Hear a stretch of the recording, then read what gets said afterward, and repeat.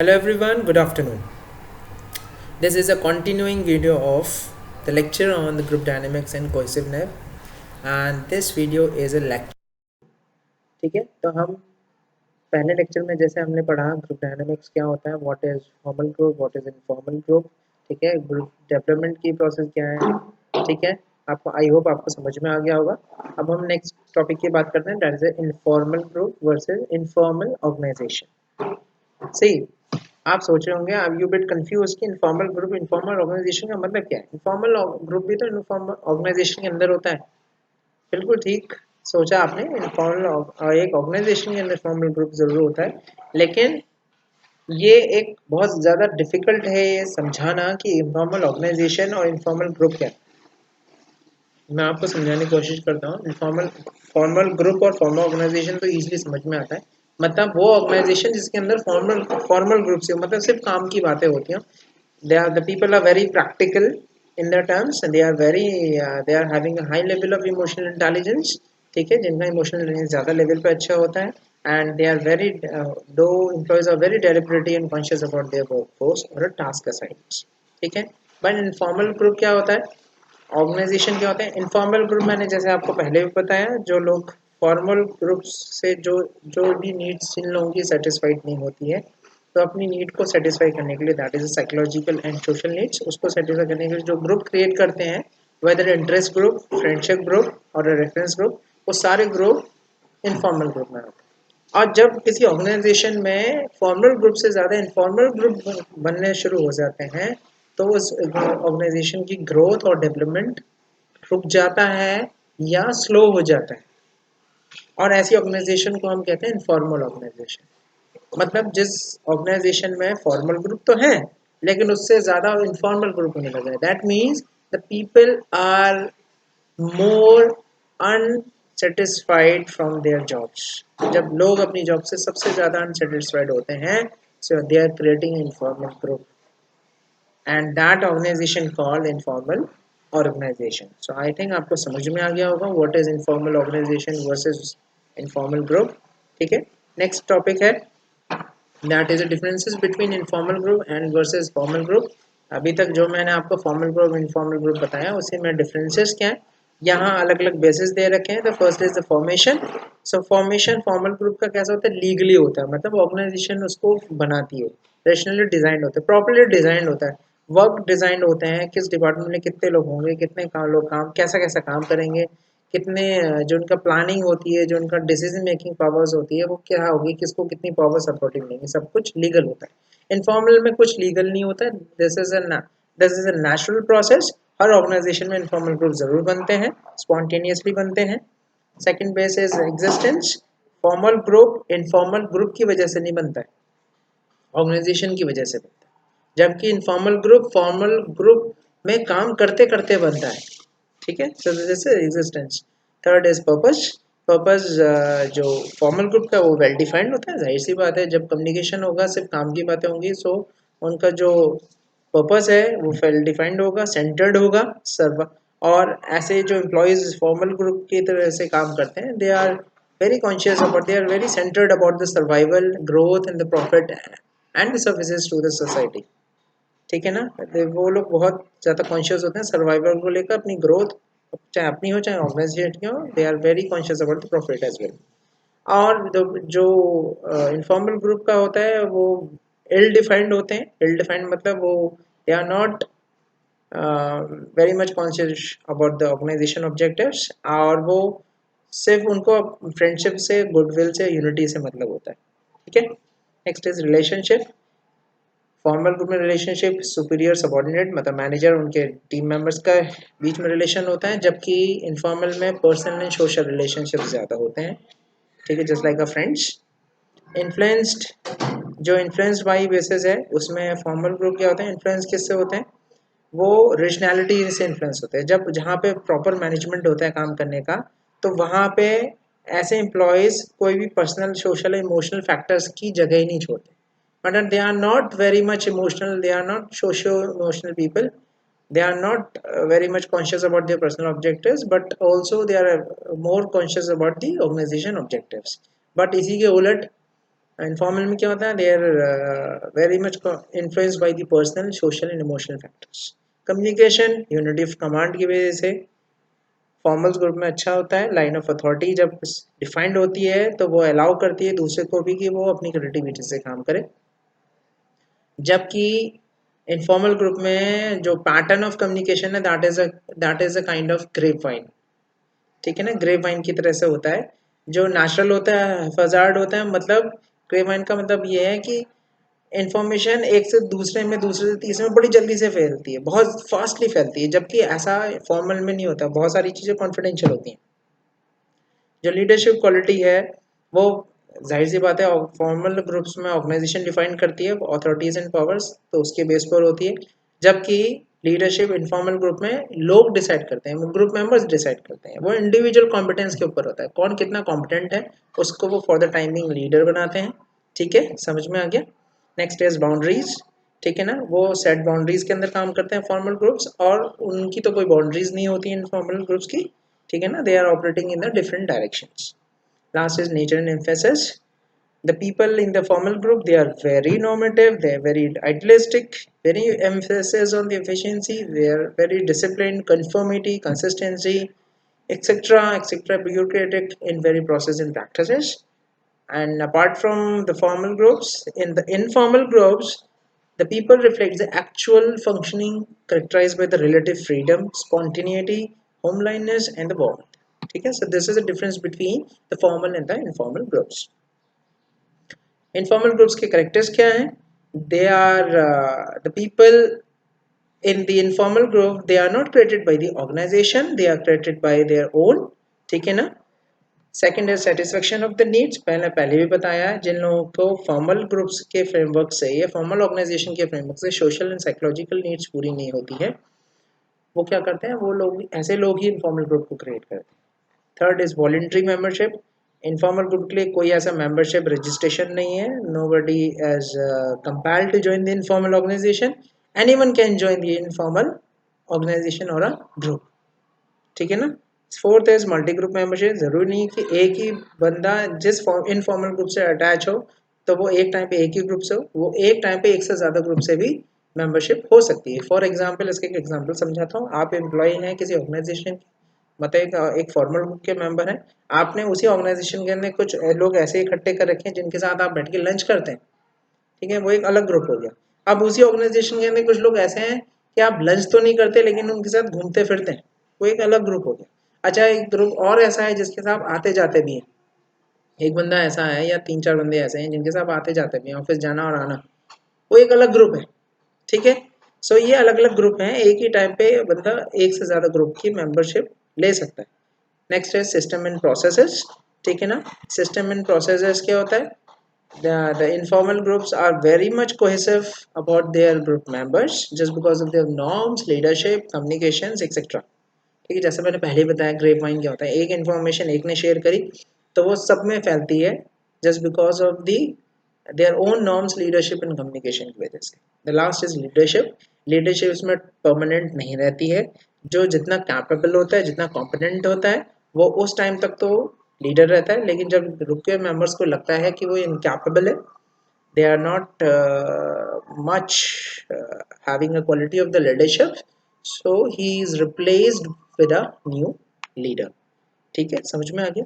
अच्छा, समझ में आ गया होगा। नेक्स्ट हेडिंग है reason for the emergence of the informal group. ये इनफॉर्मल ग्रुप बनते कैसे हैं, क्यों बनते हैं, क्या रीजन है? मैंने पहले भी एक रीजन बताया है, जस्ट बिकॉज ऑफ जब किसी बंदे की कोई तरह की नीड्स पूरी नहीं होती, for example of psychological and the social need from the formal organization, so the people working in the organization they come together and make that group। ठीक है ना, या जिन पीपल की values, beliefs, attitudes, interest same होता है, ठीक है ना, वो लोग ग्रुप क्रिएट करते हैं। या नीड सेटिस्फेक्शन, जैसे मैंने अभी बताया, नीड सेटिस्फेक्शन लेवल जिस तरह का होता है उस तरह के लोग अपने इनफॉर्मल ग्रुप को क्रिएट करते हैं। और अगर आप अपने फॉर्मल ऑर्गेनाइजेशन की मोनोटरी से बहुत ज़्यादा परेशान हैं, तब लोग क्या करते हैं, अपने रूटीन टास्क से ज़्यादा, जो लोग फ्रस्ट्रेटेड हो जाते हैं, बोर्डम हो जाते हैं, उनके पास ऐसा, उनको ऐसा लगता है कोई अपॉर्चुनिटीज़ नहीं है, so they are move to creating a informal group. ठीक। Next is promotion of the other interest and pursuit of goals. ऐसे लोग क्या करते हैं, अपनी नीड्स को पूरा करने के लिए वो किसी न किसी ग्रुप से क्या हो जाते हैं, लिंक हो जाते हैं या उस ग्रुप के मेंबर बन जाते हैं। ठीक है ना, जैसे लॉयंस ग्रुप है या किसी किटी पार्टी का ग्रुप है, उससे क्या हो जाते हैं, वो रजिस्टर्ड हो जाते हैं इस ग्रुप के साथ, just to promote their own interest. समझ में आ गया। नेक्स्ट है benefits of informal group. Informal groups के फायदे क्या हैं, एक ऑर्गेनाइजेशन के इनफॉर्मल के क्या क्या फायदे हो सकते हैं। So what they are doing, they are blending with the formal group. ऐसे लोग, ऐसा नहीं है कि सिर्फ अपने जो इनफॉर्मल ग्रुप है उन्हीं के साथ काम कर रहे हैं, सब कुछ नहीं, काम तो वो अपने फॉर्मल ग्रुप के साथ ही करते हैं। ठीक है ना, ठीक। Informal group lessons the workload for the formal managers. और ऐसे इनफॉर्मल ग्रुप के लोग के जो होते हैं फॉर्मल मैनेजर से वर्कलोड को सुनते हैं, उनसे प्रेशर लेते हैं, प्रेशर खुद नहीं लेते हैं, मतलब वो ऊपर से प्रेशर आता है and they have to work in the stress.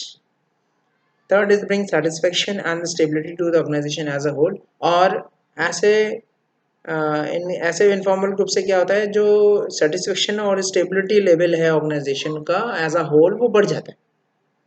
ठीक है। और कभी कभी क्या होता है, ऐसे इनफॉर्मल ग्रुप्स एक डिपार्टमेंट की दूसरे डिपार्टमेंट को इन्फॉर्मेशन शेयर करते हैं, शायद कुछ ऐसी इन्फॉर्मेशन जो शायद दूसरे डिपार्टमेंट्स के लिए यूजफुल भी हो सकती है, just for the sake of informal group. ठीक है। एंड ऐसे इनफॉर्मल ग्रुप्स का एक फ़ायदा और है, they increase the managers to plan and act more carefully. जब ऐसे लोग, जब मैनेजर्स को पता चलता है कि ऐसे लोग इंफॉर्मेशन को शेयर करते हैं, तो manager should be very much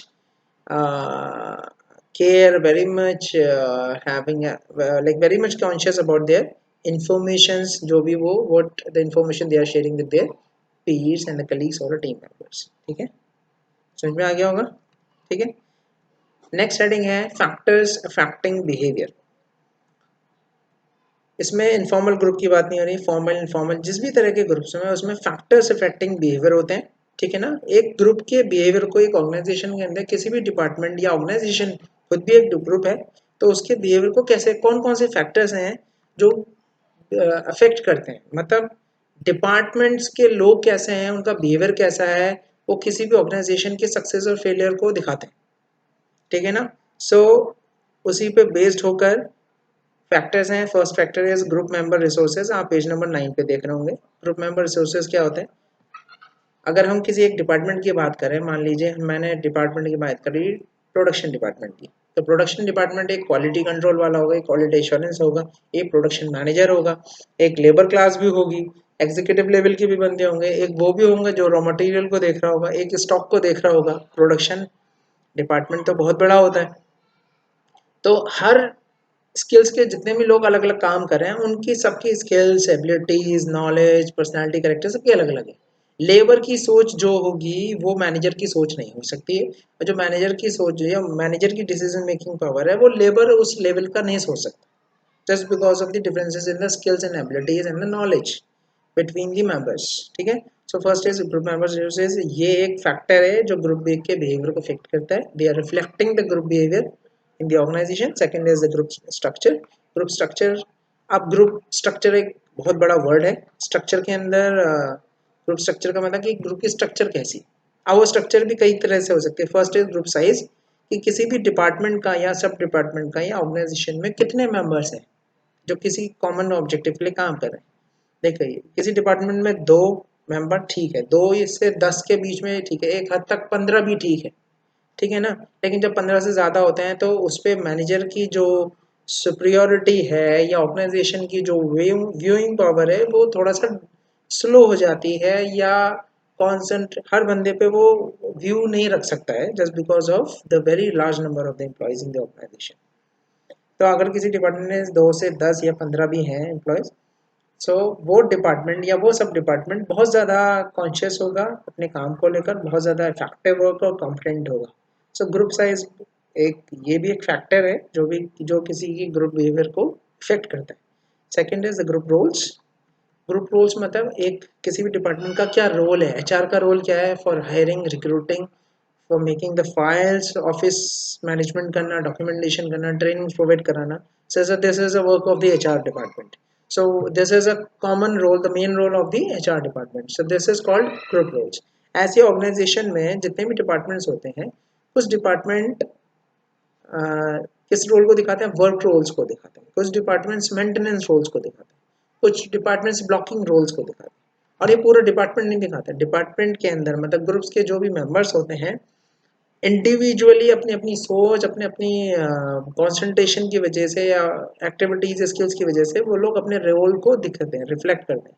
कि अगर मान लीजिए फाइनेंस डिपार्टमेंट का एक बंदा वर्क रोल दिखाते हैं, फर्स्ट है work roles, task task oriented है, सिर्फ काम से ओरिएंटेड रहता है, उसको फालतू बकवास करना पसंद नहीं है, तो वो डिपार्टमेंट ज़्यादा इफेक्टिव होगा जस्ट बिकॉज ऑफ हिम और हर, ठीक है ना। So this is called workload. Second is the maintenance role. Maintenance role क्या होता है, they are maintaining the social emotional activities.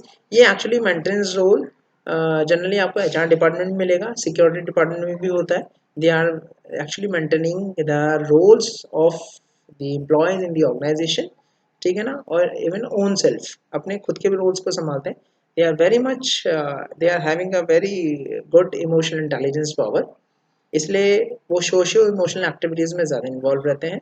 And they are maintaining the involvement in the group and the raise their personal commitment to the group. समझ में आया। Next is blocking roles. Blocking roles कौन से होते हैं, blocking roles वो होते हैं जो लोग दूसरे के काम में रुकावट डालते हैं, अपना काम तो खुद नहीं करते हैं, दूसरे के काम में भी रुकावट डालते हैं, और वो हमेशा ग्रुप की रूल से, नॉर्म से, उनकी सोच से कभी भी डिससेटिस्फाइड नहीं होते, डिसएग्री रहते हैं हमेशा, अपने अपने किसी ना किसी पर्सनल रीजंस की वजह से, ठीक है ना।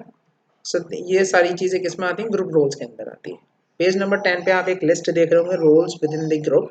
यहाँ कई सारे रोल्स हैं, initiator, informer, interpreter, summarizer, reality tester, harmonizer, gate keeper, consensus tester, encourager, compromiser, aggressor, blocker, dominator, comedian, avoidance behaviour. ये ऐसे ऐसे रोल्स हैं जो those the people are actually acting in the organization। Her department में आपको इनमें से कोई ना कोई रोल वाले लोग मिल जाएंगे। So that things comes in the group roles, ठीक है। नेक्स्ट है ग्रुप नॉर्म्स। अच्छा, what is the meaning of norms, norms क्या कहलाते हैं, नॉर्म्स, रूल्स, कस्टम्स, ट्रेडिशंस, ये बहुत सारे वर्ड्स हैं, आगे हम पढ़ेंगे। बट नॉर्म्स का मतलब क्या होता है, नॉर्म्स का, norms is a word which actually created by the group members. Her group के अलग अलग नॉर्म्स होते हैं। अगर मैं आपकी फैमिलीज की बात करूं, जैसे आप कास्ट में भी सब कास्ट है, जैसे है हिंदू, मुस्लिम, सिख है, कुछ भी है, उसके अंदर भी सब कास्ट होती हैं, ठीक है ना। जैसे हिंदू की अगर हम बात करें तो हिंदू में पंडित भी होते हैं, और आपके क्षत्रिय भी होते हैं, ठाकुर भी होते हैं, राजपूत भी होते हैं, ठीक है, कायस्थ भी होते हैं, ठीक है ना। ये सारी सब कास्ट हैं, और हर कास्ट का अपना अपना रिलीजन, अपने अपने भगवान या अपने अपने कस्टम्स के हिसाब से नॉर्म्स अलग अलग, और वो उन्हीं को फॉलो करते हैं। ऐसी ऑर्गेनाइजेशन के अंदर होता है, जितने भी ग्रुप्स फॉर्म होते हैं, मतलब डिपार्टमेंट्स की बात मैं बात कर रहा हूँ, डिपार्टमेंट्स ऑल्सो ग्रुप। तो डिपार्टमेंट्स में क्या होता है, डिपार्टमेंट्स के लोग जो होते हैं वो अपने अपने नॉर्म्स को क्रिएट करते हैं। They are, yes, they are, that is very true, they are following the rules, they are following the norms, they are following the customs and policies which has been organizing or implemented by the organization. But of course, in part of this, the departments in the organizations, they are also following their own norms। मान लीजिए HR को कोई ऐसी information है जो उसको लगता है कि दूसरे के साथ शेयर नहीं करनी चाहिए, so they have to create their own norms, that things comes in the group norms. अब वो एक बाउंड्रीज को सेट करते हैं, और उस बाउंड्रीज के अंदर जितने भी मेंबर्स होते हैं उनको एक्सेप्ट करना पड़ता है, या कितने लोग अनएक्सेप्टेबल है उनको उस ग्रुप से बाहर कर दिया जाता है। समझ में आ गया। Next is a very important heading, that is a group cohesiveness. ये अलग से भी ये टॉपिक आता है। ग्रुप कोहेसिवनेस का मतलब क्या होता है, कोहेसिवनेस मतलब बॉन्डिंग, मतलब क्लोज बॉन्डिंग।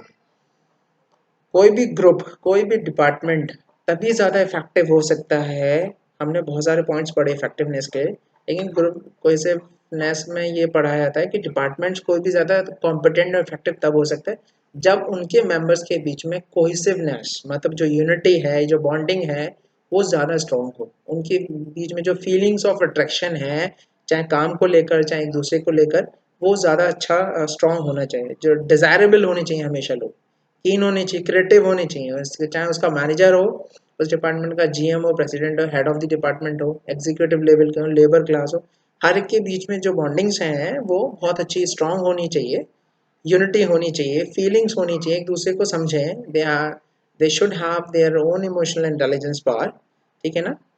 सो ऐसे लोगों, ऐसे ग्रुप के अंदर जो बॉन्डिंग्स देखा जाता है, that is called the cohesiveness. That means the cohesiveness refers to the bonding of a group members or a unity and the feeling of attraction for each other and desire to remain part of the group. ऐसी चीजें हैं जो हर बंदे को उस group का member बनाए रखने के लिए काफी हैं. कुछ चीजें होती हैं जिसकी वजह से लोग ग्रुप से जुड़े रहते हैं. और एक चीज और मैं आपको बता दूं, जिस ग्रुप की मेंबरशिप मिलने में जितनी ज्यादा डिफिकल्टीज आती हैं, आदमी उस ग्रुप का मेंबर उतने ही ज्यादा लंबे टाइम के लिए होता है, मतलब उसको जल्दी से छोड़ना नहीं चाहता, just because of the group cohesiveness. ठीक है ना. उस ग्रुप की कोहेसिवनेस पावर कितनी ज्यादा स्ट्रांग है, उस पे बेस्ड होकर लोग क्या करते हैं, they are very much competent in the group. ठीक है ना. कोहेसिवनेस पॉजिटिव भी हो सकती है एंड नेगेटिव भी हो सकती है. अगर पॉजिटिव हुई तो किसी भी ऑर्गेनाइजेशन को जो वर्कर सेटिस्फेक्शन लेवल है, उस ऑर्गेनाइजेशन का वर्कर सेटिस्फेक्शन लेवल हाई होगा. लो टर्नओवर होगा. टर्नओवर आप समझते होंगे, जो इनका ज्वाइनिंग और लेफ्ट हुआ था, हायरिंग फायरिंग वाला होता है, जितने लोग चले जाते हैं, ज्वाइन करते हैं, जल्दी जल्दी ज्वाइन कर रहे हैं, जल्दी जल्दी छोड़ रहे हैं, वो कम हो जाता है. ठीक है ना. स्टेबिलिटी बढ़ जाती है. एब्सेंटीज, लोग गायब होना कम हो जाते हैं ऐसे लोग. और प्रोडक्टिविटी, नेचुरली बात है, जहाँ कोहेसिवनेस ज़्यादा होगा वो प्रोडक्टिविटी भी हायर होगी. ठीक है, समझ में आ गया. लेकिन कुछ चीज़ें होती हैं, जैसे ग्रुप थिंकर्स होते हैं. वो ग्रुप थिंकर्स क्या होते हैं, वो ग्रुप में रुकावटें डालते हैं. समझ में आया. ग्रुप थिंकर्स क्या करते हैं, ऐसे ग्रुप कोहेसिवनेस जिसमें दिख रही होती है, वो उसमें बैरियर्स का काम करते हैं, और ऐसे लोग केयरलेस जजमेंट करते हैं. अब वो ग्रुप थिंकर्स कुछ भी हो सकते हैं, आपके मैनेजर भी हो सकते हैं, आपके एग्जीक्यूटिव भी हो सकते हैं. अगर वो डिसीजन मेकिंग पावर में इन्वॉल्व है और उनका जजमेंट ऐसा है जो सभी के लिए लॉस है, so they are very careless about their judgements. Unrealistic होते हैं अप्रेजल्स को लेकर. ठीक है ना. अल्टरनेटिव कोर्स ऑफ एक्शंस जो होते हैं वो भी मतलब फ्रूटफुल नहीं होते हैं. ठीक है. उनकी टेस्टिंग नहीं होती है, वो ओवर कॉन्फिडेंट होते हैं. वो जो करते हैं उनको लगता है वो जो मैं कर रहा हूँ वो बिल्कुल ठीक है. So this is a barrier which comes in the group cohesiveness. समझ में आ गया. ठीक है ना. कुछ डिसफंक्शंस हैं इस ग्रुप कोहेसिवनेस के. First is norms violations and the role ambiguity. ठीक है ना. नॉर्म्स, अगर उस ग्रुप के नॉर्म्स ऐसे हैं जो अनएक्सेप्टेबल हैं, आधे से ज़्यादा लोग उसको अनएक्सेप्ट कर रहे हैं, तो ऐसे में क्या होगा, रोल कॉन्फ्लिक्ट होगा. फिर वो ऑर्गेनाइजेशन गोल की तरफ वो कॉन्सेंट्रेट नहीं होंगे. ठीक है ना. फिर उनका ऑब्जेक्टिव क्या होगा, सिर्फ अपने अपने गोल अचीव करो, अपने अपने ऑब्जेक्टिव अचीव करो, then leave the organisation. Next is group think. मैंने बताया group think and conformity problem क्या होते हैं. They are actually creating a illusion between the employees in the organisation. वो क्या करते हैं, लोगों के बीच में एक इल्यूजन क्रिएट करते हैं, एक धोखा क्रिएट करते हैं, आंखों का धोखा. ठीक है ना. ऐसा नहीं कोई they are not doing any kind of magic, but they are doing the things wrongfully. ठीक है ना. In a wrongful way. ठीक. वो चीज़ों को इग्नोर करते हैं, काम, बड़े बड़े कामों को इग्नोर करते हैं, या इग्नोर नहीं करते तो अपने जूनियर्स पर डाल देते हैं. ठीक. Next is social loafing. Social loafing का मतलब क्या होता है, they are members they which they reduce the performance levels. Social loafing ऐसे होते हैं जो दूसरे लोगों को डिमोटिवेट करते हैं किसी ना किसी पॉइंट की वजह से, जिससे कि जो काम कर रहे हैं ना वो भी अपना काम या तो बंद कर दें या कम कर दें. ठीक. लास्ट हेडिंग है ग्रुप प्रोसेस. क्या होता है, हर ग्रुप की अपनी एक डिसीजन मेकिंग होती है, अथॉरिटी होती है, पावर होती है, और उस ग्रुप के लिए वो सुपीरियर होती है. दूसरे ग्रुप के लिए सुपीरियर हो या ना हो, लेकिन उस ग्रुप के लिए सुपीरियर होती है. सो ग्रुप प्रोसेस में क्या होता है, ग्रुप प्रोसेस में जितने भी मेंबर्स होते हैं वो अपनी अपनी इंफॉर्मेशंस को और नॉलेज को जनरेट करते हैं और शेयर करते हैं एक दूसरे के बीच में. They are actually creating the alternatives. ठीक है. They generate the alternatives.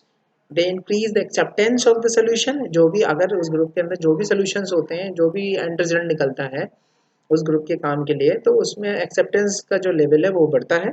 और जो लेजिटिमेट पावर है, हर की जो अपनी पावर्स एंड अथॉरिटीज़ का लेवल है वो भी ज़्यादा बढ़ता है.